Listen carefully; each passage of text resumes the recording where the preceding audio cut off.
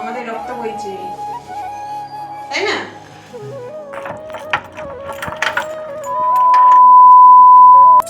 আচ্ছা, সব দোষ কেন মায়েদেরই হয়? সো হ্যালো এভরিওয়ান, আশা করছি তোমরা সবাই খুব ভালো আছো। তোমাদের ভালোবাসার আশীর্বাদে আমরাও কিন্তু এখন অনেক অনেক ভালো আছি।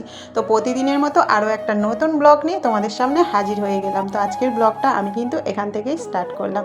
দেখো, সকাল সকাল ঘুম থেকে উঠে পড়েছি। উঠে কিন্তু ঘর বারান্দাগুলো আগে ভালো করে ঝাঁট দিয়ে নিলাম, আর তারপরে কিন্তু চলে এসেছি ওপরে।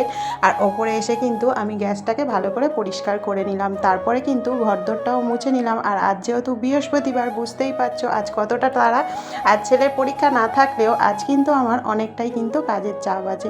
দেখো, প্রথমে আমি ওপরটা মুছে নিলাম, আর তারপরে এসে কিন্তু নিচেটাও পুরো মুছে নিলাম। আর কি বলো তো, এতটা গরম পড়েছে না, মানে কাজ করার যেন কোনো এনার্জি নেই, কিন্তু আমাদের তো কাজ করতেই হবে। আর দেখো, সকাল 8টা বাজে, পুরো ঝাঁই ঝাঁই রোদ। আর এদিকে দেখো, আমি আসার আগে তোমাদের দাদাভাই কিন্তু ঠাকুর ঘরে চলে এসছে সমস্ত জোগাড়জান্তি করতে। আর তারপরে দেখো, আমিও স্নান করে চলে এলাম ঠাকুর ঘরে। এসে কিন্তু যেহেতু আজকের বৃহস্পতিবার, তোমাদের দাদাভাই অনেকটাই কিন্তু আমাকে হেল্প করে গেছে। ঠাকুরের ঘট ফট ধুয়ে ফুল টুল এনে একদম রেডি করে দিয়ে গিয়েছে। আমি শুধু জাস্ট পুজোটা করব। দেখো, ফাইনালি আমি পুজো করতে বসে গিয়েছি। আর জানোই তো, বৃহস্পতিবারের পুজো মানেই কিন্তু আমাদের অনেকটাই সময় লেগে যায়, সত্যি কথা বলতে। আর কি বলতো, যত তাড়াতাড়ি উঠি আর যত তাড়াতাড়ি কাজ ছাড়ার চেষ্টা করি, সেই কিন্তু আমার প্রায় 10:30 11টা তো বেজেই যায়। মানে অন্য দিন না বাজলেও বৃহস্পতিবার কিন্তু আমার বেজেই যায়, কিচ্ছু করার নেই। তো ফাইনালি এখন বাজে 11টা। আর দেখো, ফাইনালি আমার পুজো কিন্তু কমপ্লিট হয়ে গেল। আর তারপরে দেখো, চলে এসেছি রান্নাঘরে। এসে কালকের কিছুটা তরকারি ছিল, সেটা আগে গরম করে নিলাম। আর একদিকে কিন্তু চা বসিয়ে দিয়েছি। আর সত্যি কথা বলতে কি বলতো, বেলা হয়ে গেলে না সব কাজ যেন গুলিয়ে যায়, মানে কোনটা ছেড়ে কোনটা করব মানে বুঝতে পারি না। যেহেতু 11টা বাজে, এখন ভাবছি চা খাবো নাকি রান্না বসাবো, মানে এটাই ভাবছি। আর ওইদিকে দেখো, আমার তরকারি তো গরম হয়ে গিয়েছে, চাটাও কিন্তু করে নিলাম। আর ওদিকে কিন্তু পাউরুটিগুলো সেঁকে নিলাম। আর সকালে শাশুড়ি মা একবার চা খেয়েছে, তাও যেহেতু আমি করছি আর আমি একটু দুধ চাই করছিলাম, তো শাশুড়ি মাকেও একটু করে দিলাম। আর এদিকে দেখো, ছেলেকেও খেতে দিয়ে দিলাম। ছেলের কিন্তু আজ পরীক্ষা নেই, যে কারণে ও কিন্তু পড়াশোনা করছিল। আর আমি টিফিনটাও ওকে দিয়ে দিলাম। আর এদিকে দেখো, তারপরে আমিও একটু টিফিন করে নিয়ে চলে এসেছি রান্নাঘরে। আর এসে দেখো, ছেলের ওপর মাথা গরম হয়ে গিয়েছে। ওকে তাই বলছিলাম, যা হবে সব দোষী মার, তাই না বল? ভালো হলে তখন বলবে কি যে আমাদের বাড়ির ছেলে, আমাদের রক্ত বইছে তাই হচ্ছে ভালো হয়েছে, আর খারাপ হলে মায়েদের দোষ। আচ্ছা, এটা কেন হয় বলো তো? সব দোষই কি মায়েদের? মারা কি কখনো চায় সন্তানের ক্ষতি হোক বা খারাপ হোক? মারা তো তাদের জীবন দিয়ে হলেও তারা তাদের সন্তানকে ঠিকঠাক করে চেষ্টা করে মানুষ করার জন্য। তো যাই হোক, কথা বাড়িয়ে লাভ নেই, সব দোষই মায়েদেরই হয় শেষমেশ। তো দেখো, তোমাদের সঙ্গে কথা বলতে বলতে এদিকে কিন্তু আমি তরকারিও বসিয়ে দিয়েছি, পাঁপড় ভাজাও হয়ে গিয়েছে। আর এদিকে আমি ভাত বসাবো বলে কিন্তু চালও নিয়ে নিচ্ছি।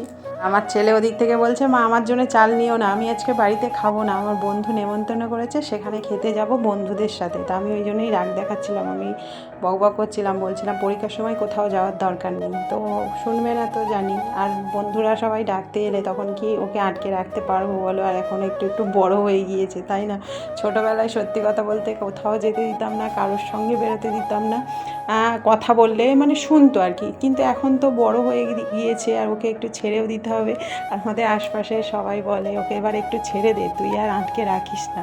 তো কিছু করার নেই। যাই হোক, দেখো, এদিকে আমার তরকারি কিন্তু হয়ে গিয়েছে, এদিকে কিন্তু ভাতটাও মোটামুটি কমপ্লিট হয়ে গিয়েছে। আর তারপরে অল্প করে একটু চিনি ছড়িয়ে দিয়ে আমি তরকারিটা নাড়াচাড়া করে আমি কিন্তু নামিয়ে নিলাম।